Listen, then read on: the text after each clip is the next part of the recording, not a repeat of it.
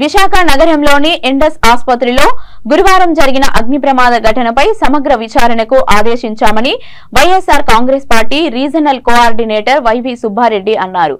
ప్రమాద సమాచారాన్ని తెలుసుకొని మంత్రి గుడివాడ అమర్నాథ్తో కలిసి వైవి సుబ్బారెడ్డి ఆసుపత్రికి వెళ్లి అక్కడ పరిస్థితిని సమీక్షించారు. ఆసుపత్రిలో చికిత్స పొందుతున్న వారిని పరామర్శించారు. అగ్ని ప్రమాదం వల్ల తీవ్ర అస్వస్థతకు గురైన వారిని, అలాగే ప్రమాదం జరిగినప్పుడు ఆసుపత్రిలో ఉన్న రోగుల వివరాలను, వారి ఆరోగ్య పరిస్థితి గురించి డాక్టర్లను అడిగి తెలుసుకున్నారు. అగ్ని ప్రమాదం వల్ల 46 మంది అస్వస్థతకు గురయ్యారని, వారిని కేజీహెచ్ విజేత మెడికవర్ ఆసుపత్రికి తరలించి మెరుగైన వైద్యం అందించామన్నారు. వీరిలో 20 మంది ఇప్పటికే డిశ్చార్జ్ అయ్యారన్నారు. అగ్ని ప్రమాదం వల్ల ఎటువంటి ప్రాణ నష్టం జరగలేదని, ఆపరేషన్ థియేటర్లో షార్ట్ సర్క్యూట్ వల్లే ప్రమాదం జరిగినట్లు ప్రాథమిక సమాచారం అందిందన్నారు.